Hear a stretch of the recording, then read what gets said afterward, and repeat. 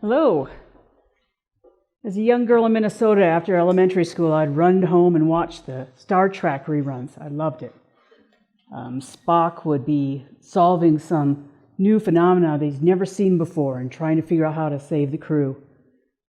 Bones, the doctor, would go and find a cure for a new problem that occurred because they got infected by some new alien. But my favorite was Scotty. He would always get the warp drive working and get that very multidisciplined, curious team out of harm's way at the last minute. I guess I was destined to go into a field of study that had to deal with technology. Today I want to talk about two very complex, intertwined systems that we take for granted. I want to look at them a little bit locally, and then also more of a global view, because it does impact what we do globally. There's a lot of old challenges with these complex systems. There's a lot of new challenges with these complex systems. But with challenges also leads to opportunities. First, I want to talk about electric grids. This is a beautiful picture. This is a composite picture from NASA of the night sky. The U.S. power grid is the most complex machine. Over 4,000 entities have to work in very close, delicate coordination. Electricity isn't stored. It's vibrating electrons. It gets generated and it has to be used at a load center. There's no in-between that's waiting.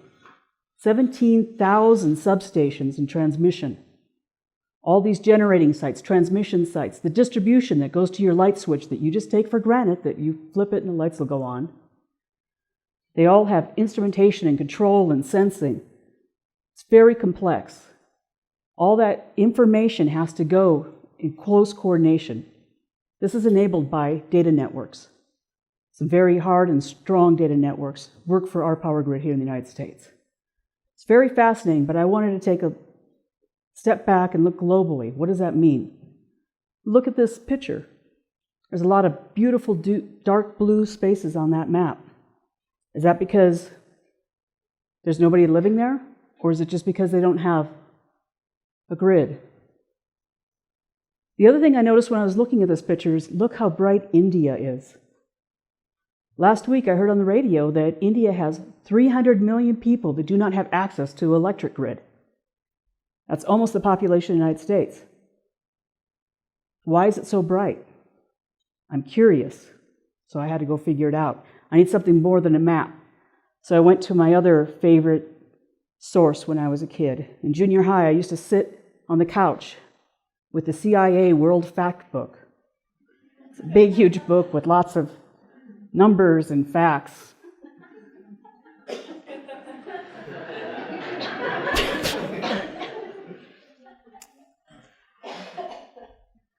I looked at the production of kilowatt hours for all these different countries globally.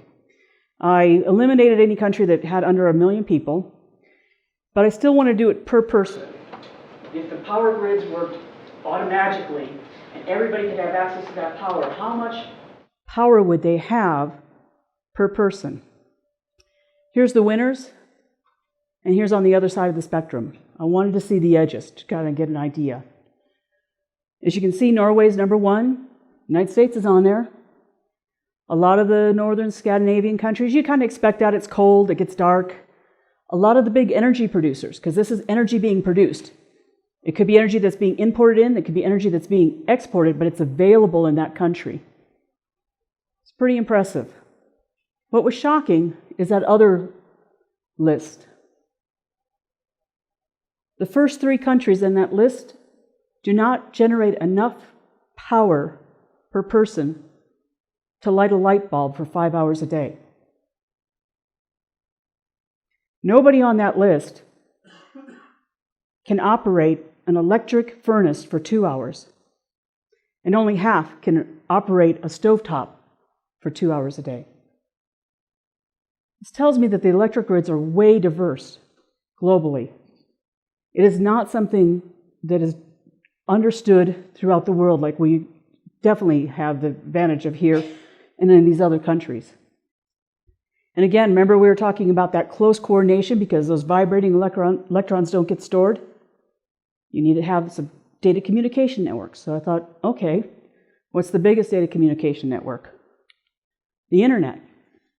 I found this fascinating picture. This is a picture that has little yellow dots every time somebody went to Wikipedia, the English version, over a period of time. It's a lot brighter than the electric grid picture. There's still some dark places. The other thing that's interesting is there's these little dots in the middle of nowhere in the ocean, too. Again, you know, it is the internet. We all have mobile devices. It doesn't have to be a hardwired device in there. How big is the internet? According to webmasters, it is 1 yottabyte. That's a 1 with 24 zeros, so don't bother counting because it'll hurt your eyes. 144 billion emails a day. I know I get more than my fair share. 16 years worth of video uploaded to YouTube every day. A lot of it not worthy, not like a TED Talk. 83 million apps downloaded to Android devices. Yeah, go Android. 50 million to iOS, Apple devices. Android does rule the world. But again, this is a pretty picture. I needed to figure out a little bit more. So again, I went back to that book that I used to look at, CIA Fact Book. And they had a thing about internet hosts. So these are computers that are hardwired into the internet. Oh my goodness, the United States, we are so number one. 500 million.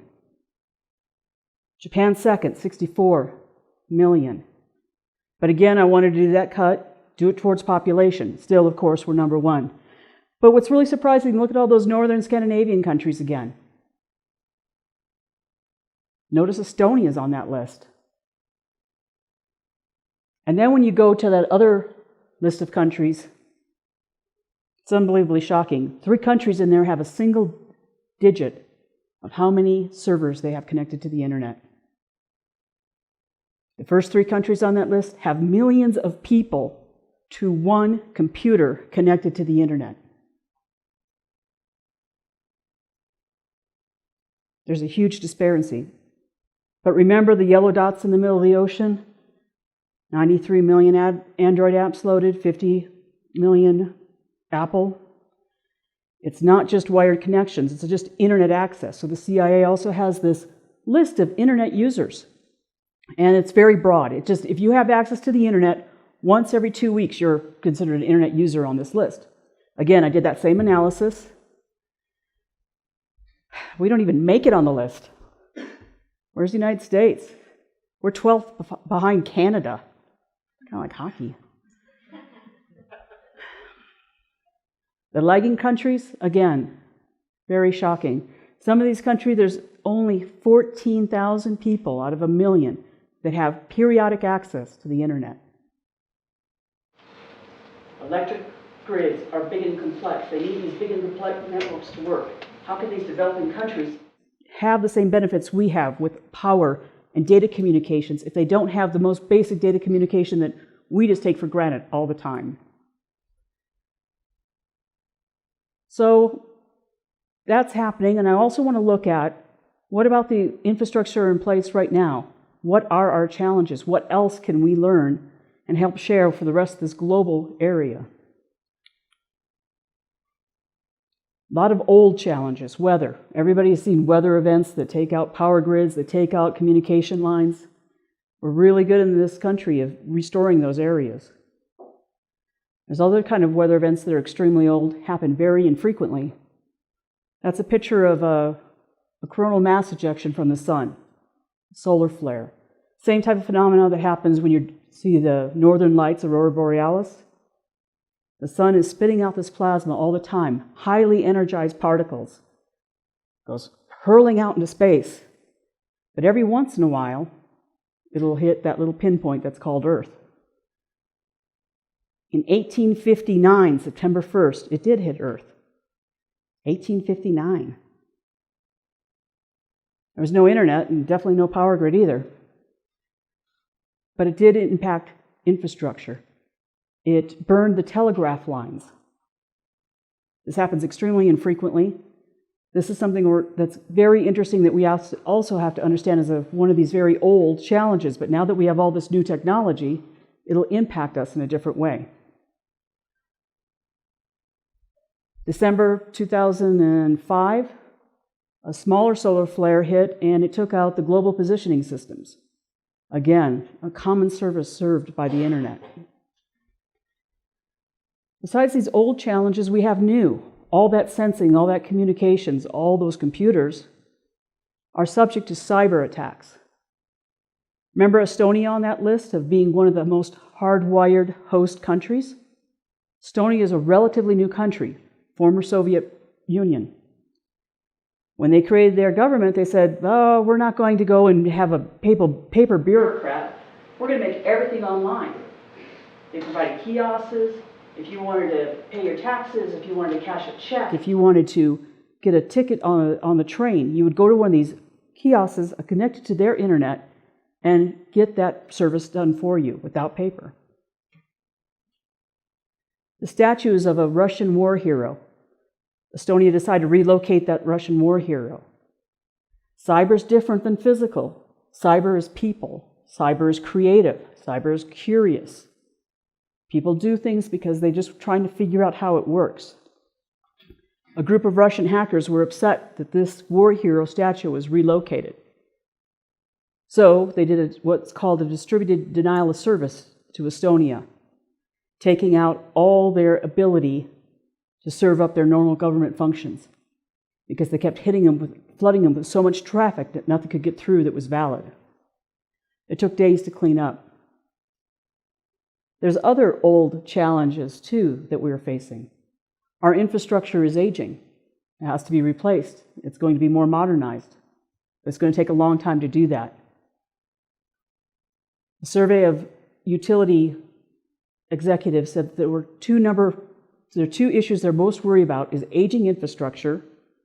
The second is the aging workforce. We're not putting people into colleges. They're not getting computer science degrees, power engineering degrees, electrical engineering degrees. We are really short in supply of these areas. The workforce is getting older. They're going to be retiring. And we need those multidisciplinary, curious, problem-solving teams to work on these big, complex architectures. So I leave you today with that challenge. If you know somebody who's a little bit geeky, maybe likes to look at big books with numbers in it, try to promote them into a field of technology because it's a very challenging future and it's very bright for us. Thank you.